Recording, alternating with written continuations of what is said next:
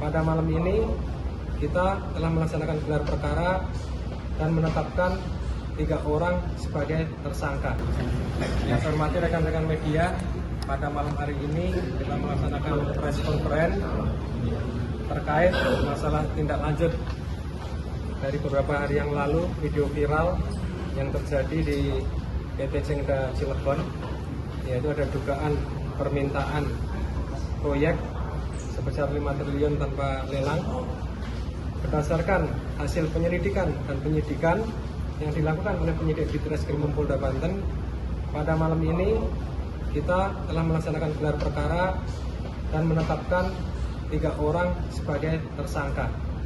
Adapun 3 orang tersebut, yang pertama adalah saudara IA, yang mana yang bersangkutan adalah Wakil Ketua Kadin Bidang Perindustrian, yang mana perannya adalah menggebrak meja dan meminta proyek 5 triliun untuk Kadin tanpa lelang.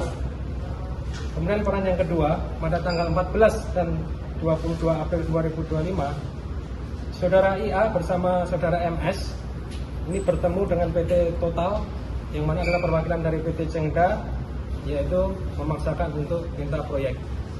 Selanjutnya tersangka yang kedua adalah saudara RJ, yang mana bersangkutan ini adalah Ketua ANSI Cilegon.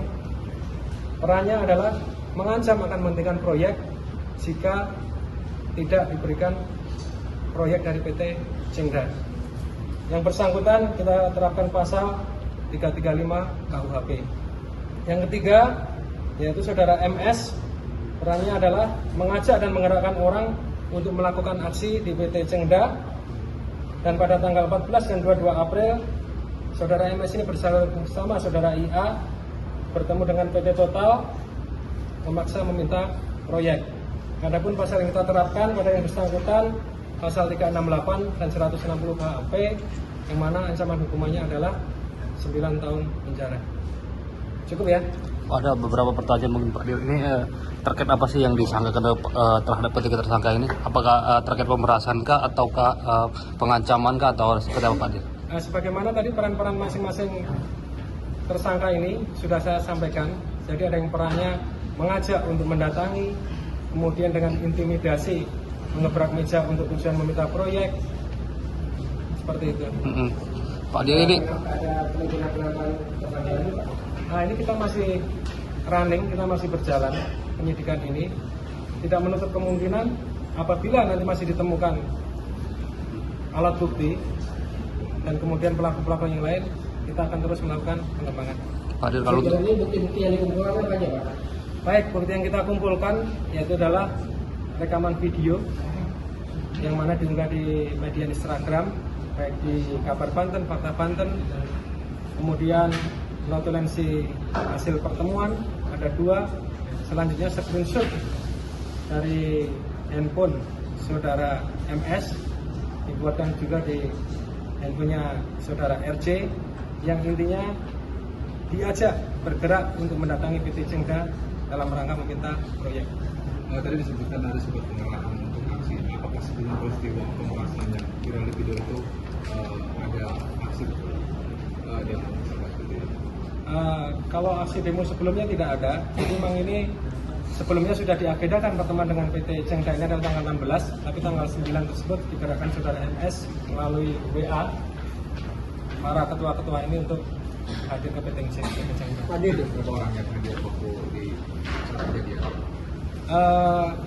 Kita belum ke arah ke sana, tapi yang pasti untuk pada saat hari ini kita sudah melaksanakan pemeriksaan itu 17 orang, yang mana 14 orang itu adalah sebagai saksi dan 3 orang sebagai tersangka. Hadir, ini dari hasil pemeriksaan apa mereka sudah sebelumnya pernah melakukan hal ini, Pak? Kalau sebelumnya hanya sebatas pertemuan, yang mana pada tanggal 14 tadi sempat mendatangi ke PT Total, yang mana PT Total ini adalah subkonnya dari PT Cengda ini, yang mana saudara MS dan saudara IA itu memaksakan untuk meminta proyek. Pak Dir, kalau ini kan proses penyelidikan dan penyidikan agak cukup singkat. Apa mungkin latar belakang penyidik sehingga ini begitu cepat proses penyidikan? Apakah ini ada intervensi atau dorongan dari Presiden Prabowo kok seperti itu? Enggak, tidak ada intervensi dari manapun. Jadi kita tetap melaksanakan penyidikan secara profesional dan proporsional. Yang mana kita ketahui sekarang kita harus menjaga iklim investasi di Indonesia ini yang sehat tanpa adanya gangguan-gangguan terhadap investasi yang akan melakukan pembangunan di Indonesia ini. Ini langsung ditahan Pak Dir? Malam ini kita tahan Di Pak Dir, izin. Polda apa di di rutan Polda.